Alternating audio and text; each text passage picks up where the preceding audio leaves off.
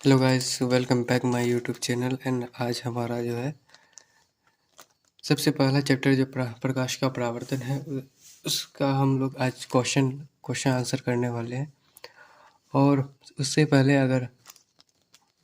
हम लोग जो फॉर्मूला पढ़े हैं उसको देखेंगे, जिसमें एफ बराबर आर बाई टू जो होता है, जिसमें एफ क्या होता है, फोकस दूरी होता है, आर क्या होता है, वक्रता त्रिज्या होता है। ठीक है, इससे हम निकाल सकते हैं, एफ भी निकाल सकते हैं। इसमें आर को इस तरीके से निकाल सकते हैं और एफ को इस तरीके से निकाल सकते हैं। ठीक है, उसके बाद हम लोग दर्पण सूत्र में अवतल दर्पण देखे, उत्तल दर्पण देखे, लेकिन दोनों का सेम इसमें वैल्यू आया, दोनों का सेम फार्मूला है, जिसमें 1/v plus 1/v plus 1/u is equal to 1/f होता है। ठीक है, और जिसमें v क्या है, प्रतिबिंब दूरी है, u क्या है, वस्तु दूरी है, और f क्या है, तो फोकस दूरी है। उसके बाद आवर्धन को पढ़े, जिसमें m बराबर h2/h1 बराबर -v/u, जिसमें क्या होता है, इसी फॉर्मूला को पढ़े। Plus M equal to plus, यानी पॉजिटिव किसके लिए, काल्पनिक प्रतिबिंब के लिए हम पॉजिटिव लेंगे, और जो नेगेटिव वास्तविक प्रतिबिंब होगा, नेगेटिव किसके लिए लेंगे, वास्तविक प्रतिबिंब के लेंगे। अवतल दर्पण क्या होता है कि अवतल दर्पण में एक अवतल दर्पण है, जिसमें अवतल दर्पण में क्या है, वस्तु दूरी को u दिया गया है, जिसमें नेगेटिव होता है। अवतल दर्पण का अगर वैल्यू निकालना है तो उसके वैल्यू को नेगेटिव में, अवतल दर्पण के वैल्यू को, वस्तु दूरी को हम नेगेटिव निकालेंगे और प्रतिबिंब दूरी को v को नेगेटिव निकालेंगे। ठीक है, और वास्तविक प्रतिबिंब के लिए क्या होता है, ये वास्तविक प्रतिबिंब के लिए होता है। लेकिन जब पॉजिटिव होता है, पॉजिटिव फिजिकल टू पॉजिटिव, यानी प्रतिबिंब दूरी जब अगर पॉजिटिव हो तो वो काल्पनिक प्रतिबिंब के लिए होता है। फोकस दूरी भी अगर नेगेटिव हो तो किसके लिए, काल्पनिक प्रतिबिंब के लिए होता है। उत्तल दर्पण पे क्या होता है, उत्तल दर्पण क्या होता है, ये उत्तल दर्पण है जिसमें वस्तु दूरी को निकालना हो तो नेगेटिव में उत्तल दर्पण की जो हमारा वस्तु दूरी होगा, उसका वैल्यू जो होगा उसको नेगेटिव में लेंगे। प्रतिबिंब दूरी जो v होगा उसके पॉजिटिव, हमेशा पॉजिटिव लेंगे, और फोकस दूरी f जो है उसका भी हम लोग पॉजिटिव लेंगे। दर्पण सूत्र से क्या होगा कि अब दर्पण सूत्र में क्या बोला है, 1/v प्लस 1/u प्लस बराबर इजकल टू 1/f होता है, जिससे v, अगर हम v से गुना करेंगे, भाग देंगे, तो क्या होगा, अगर भाग देंगे या भाग देने से क्या होगा, भाग देने से ये होगा, v/v plus v/u is equal to v/f, यानी v खत्म हो जाएगा तो क्या हो जाएगा, 1 माइनस, ये 1 माइनस में आ जाएगा, और ये v/u इजकल टू v/f आ जाएगा। ठीक है, अब v/f क्या हो जाएगा, 1/1 minus v/f equal to minus v/u भी हमें हो सकता है, और जिसमें क्या होता है, माइनस v/u क्या होता है, m होता है, तो m को यानी 1 minus v/f equal to m लिखेंगे। m बराबर क्या आ गया, v माइनस v बटा f होता है, जिसमें ये हमारा फॉर्मूला आता है। यानी अगर v से भाग देंगे तो ये आएगा, अगर उससे हम u को भी भाग दे सकते हैं, f को भी भाग दे सकते हैं, तो उसका अलग अलग ये फॉर्मूला निकलेगा। ठीक है, अब हम लोग चलते हैं अपने क्वेश्चन की ओर, जिसमें क्या है, एक अवतल दर्पण की दिया गया है। एक अवतल दर्पण है जिसमें फोकस दूरी क्या है, फोकस दूरी 20 सेंटीमीटर है। एक वास्तविक दर्पण के ध्रुव से 20 सेंटीमीटर की दूरी पर रखी गई है। प्रतिबिंब कहाँ बनेगा, तो अवतल दर्पण है, फोकस दूरी दिया गया है, जिसमें हम क्या लिखेंगे, सबसे पहला तो हम लोग क्या लिखेंगे, क्या कौन सा दर्पण है, तो दर्पण अवतल है। दर्पण अवतल में क्या होगा, अब हम लोग पूरा यानी लाइन बाय लाइन लिखेंगे और लाइन बाय लाइन सॉल्व करेंगे। ठीक है, तो प्रश्न से क्या होगा कि जिसमें क्या, बस फोकस दूरी हमको कितना दिया गया है, फोकस दूरी कितना दिया गया है, 20 सेंटीमीटर दिया गया है। इसे हम क्या कहते हैं, f कहते हैं। वस्तु दूरी u होता है, जिसमें क्या है कि 30 सेंटीमीटर वस्तु दूरी है, और यह क्वेश्चन में दिया गया है। उसके बाद इसमें प्रतिबिंब दूरी को निकालना है, प्रतिबिंब दूरी को निकालना है, जिसमें v को निकालना है। v क्या है, तो उसको निकालना है। तो हम लोग दर्पण सूत्र लगाएंगे, तीनों दर्पण का दिया हुआ है तो हम लोग दर्पण सूत्र लगाएंगे, ठीक है। दर्पण सूत्र से क्या होगा कि 1/v plus 1/u equal to 1/f होता है, ठीक है। तो अवतल दर्पण में उसका जो हमारा जो चिन्ह परिपाटी है उसका उपयोग करेंगे, और कौन कहाँ पे माइनस यहाँ पे प्लस पर है तो उसका उपयोग करेंगे। तो सबसे पहला ये अवतल दर्पण में है तो क्या होगा कि 1/v प्लस हो जाएगा 1/30 बराबर हो जाएगा 1/20, ठीक है। अब चिन्ह परिपाटी का उपयोग करेंगे। चिन्ह परिपाटी का उपयोग करने पर चिन्ह परिपाटी का उपयोग करने पर क्या होगा 1/v प्लस 1/ क्या हो जाएगा, ये हमारा क्या है वस्तु है। तो अवतल दर्पण में वस्तु कहाँ होता है, नेगेटिव में होता है। तो हमको 30 यहाँ पे माइनस में लिखना है, ठीक है। और उसके बाद फोकस भी क्या होता है तो माइनस में होता है, फोकस भी माइनस में होता है। तो हम लोग क्या लिखेंगे तो 1/20 माइनस में, ठीक है। उसके बाद हम लोग चलेंगे, यहाँ पे जगह है तो यहाँ पे हम लोग यही फॉर्मूला को सॉल्व करेंगे। तो 1/v को अलग कर दिए, v इक्वल टू क्या हो जाएगा तो माइनस हो जाएगा 1/20 और यहाँ माइनस प्लस माइनस क्या हो जाएगा तो यहाँ पे हम लोग इधर लाएंगे तो क्या हो जाएगा प्लस हो जाएगा तो 1/30। उसके बाद ये हमारा 60 आ जाएगा। उसके बाद 20 या 60 माइनस, तो 1/v इक्वल टू क्या हो जाएगा, इसमें इसको घटाएंगे तो -1 आएगा, 1/60 आ जाएगा। उसके बाद v को इधर लाए तो -60 आ जाएगा। ये इसका आंसर आया। तो दर्पण प्रतिबिंब, उसके बाद यहाँ बोला है कि प्रतिबिंब कहाँ बनेगा, तो हम लोग क्या लिखेंगे तो ये माइनस वस्तु कहाँ है तो माइनस में दर्पण के सामने है। तो दर्पण के सामने -60 डिग्री सेंटीमीटर पर वास्तविक और क्या होता है वास्तविक प्रतिबिंब, ठीक है, वास्तविक प्रतिबिंब बनेगा। ये आंसर आ गया।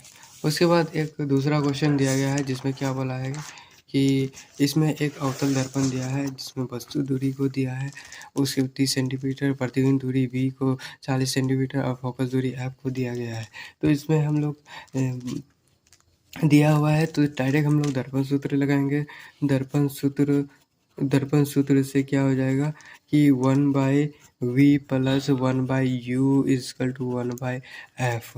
तो 1/f हमको निकालना है तो क्या हो जाएगा 1/v प्लस 1/u, 1/f क्या हो जाएगा 1/v कितना है 40 प्लस हो जाएगा, यहाँ पे क्या हो जाएगा 1/u कितना दिया है तो 30। अब हम लोग चिन्ह परिपाटी में डायरेक्ट चिन्ह परिपाटी लगाएंगे तो क्या हो जाएगा 1, इसी में चिन्ह परिपाटी लगा देते हैं, ठीक है। उसके बाद इसमें क्या हो जाएगा तो वस्तु दूरी अवतल दर्पण में और यहाँ पे वस्तु दूरी का नेगेटिव में आएगा। उसके बाद 1/f क्या हो जाएगा 1/40, ये प्लस माइनस माइनस हो जाएगा 1/30 आ जाएगा। उसके बाद हम लोग यहाँ 1/f को जब हम लोग इसमें एलसीएम लेंगे तो क्या होता है 4 × 12 120 इसका एलसीएम आएगा। उसके बाद ये 3 आएगा -4 आएगा। उसके बाद 1/f क्या हो जाएगा -1/120 आएगा, ठीक है। उसके बाद ये f बराबर -120 सेंटीमीटर आएगा। तो दर्पण के सामने ऐसा ही प्रतिबिंब बनेगा, माइनस में इसका भी माइनस में आएगा।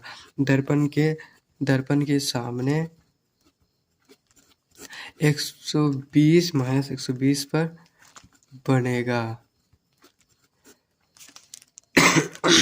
बनेगा ठीक। अब हम लोग चलते हैं दूसरे क्वेश्चन की ओर, जिसमें एक अवतल दर्पण दिया गया है। अवतल दर्पण की फोकस दूरी 25 यानी 15 सेंटीमीटर दिया गया है फोकस दूरी। इसमें 25 सेंटीमीटर दूरी पर 4 सेंटीमीटर ऊंचा एक वस्तु रखा गया है। ये बदल दिया गया है, ये क्वेश्चन बदला हुआ है, जिसमें 4 सेंटीमीटर ऊंचा वस्तु है। वस्तु जो है ये 4 सेंटीमीटर और 25 सेंटीमीटर उसकी दूरी है। तो उसके बाद इसका प्रतिबिंब बनेगा कि कितने दूरी पर इसका प्रतिबिंब बनेगा। तो v क्या होगा, तो देखते हैं कि v क्या होगा। जिसमें क्या है कि एक अवतल दर्पण है, जिसमें एक अवतल दर्पण है और एक अवतल दर्पण है ना। इसमें लिखेंगे कि दर्पण अवतल है। अवतल दर्पण में प्रश्न से अब लिखेंगे पूरा फोकस दूरी कितना दिया गया है। फोकस दूरी जिसमें f होता है, ये कितना हुआ है 25 सेंटीमीटर है। उसके बाद हमको दिया गया है वस्तु दूरी कितना है। वस्तु दूरी जिसे u कहते हैं 25 सेंटीमीटर दिया गया है। h1 कितना दिया गया है 4 सेंटीमीटर दिया गया है और v कितना दिया गया है वाट। तो प्रतिबिंब की ऊंचाई, तो इसमें प्रतिबिंब ऊंचाई निकालना है। तो प्रतिबिंब की ऊंचाई क्या होगा h2 बराबर वाट। तो दर्पण सूत्र से क्या हो जाएगा, दर्पण सूत्र से क्या होगा 1/v plus 1/u equal to 1/f। 1/v कितना है कि इसमें v को निकालना है सबसे पहले। तो 1/v इज 1/v हो जाएगा 1/f माइनस हो जाएगा 1/u। 1/f v को जब इधर लाने से क्या होगा कि f कितना दिया है 15 सेंटीमीटर 1/15 माइनस हो जाएगा और यहाँ पे 1/225 दिया गया है। तो क्या होगा कि अब चिन्ह परिपाटी का उपयोग करेंगे हम लोग। तो चिन्ह परिपाटी में क्या है, सबसे पहले इसमें फोकस दूरी ये एक अवतल दर्पण है। तो अवतल दर्पण में फोकस दूरी क्या होता है, तो फोकस दूरी इसमें माइनस में होता है और वस्तु दूरी भी माइनस में होता है, ठीक है। तो ये हमारा क्या होगा कि जब हम 1/v करेंगे 1/-15 ये माइनस माइनस क्या हो जाएगा 125 आएगा।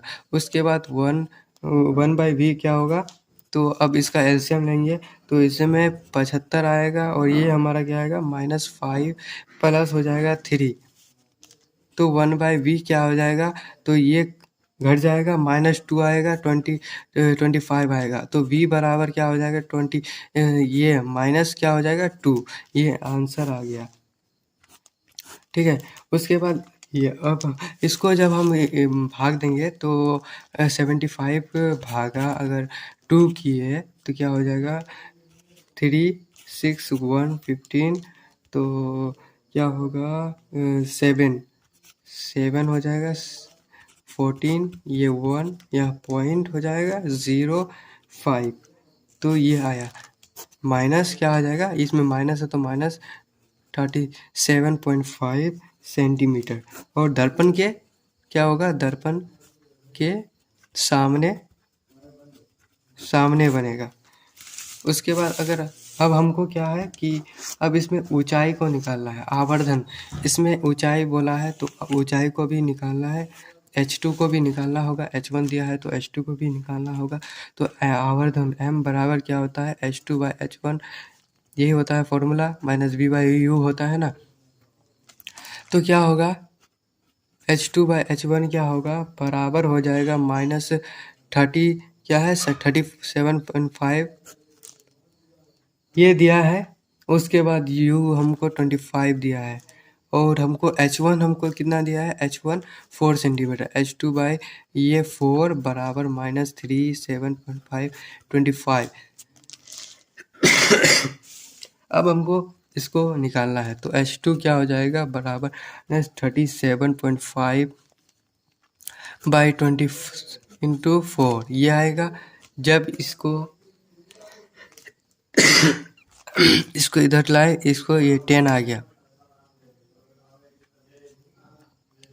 ये आ गया। उसके बाद अगर हम 2 दूना 4, ये 5 दूना 10, 15, ये 15, 5 तिया 15, ये 3 दूना 6, H2 बराबर माइनस क्या आएगा, 6 आएगा आंसर। ये क्या होगा कि ये हमारा आंसर आया। उसके बाद क्या है कि ये कहाँ पे बनेगा, तो ये वास्तविक, ठीक है, वास्तविक और उल्टा, -6 सेंटीमीटर ऊंचा बनेगा, ये बनेगा।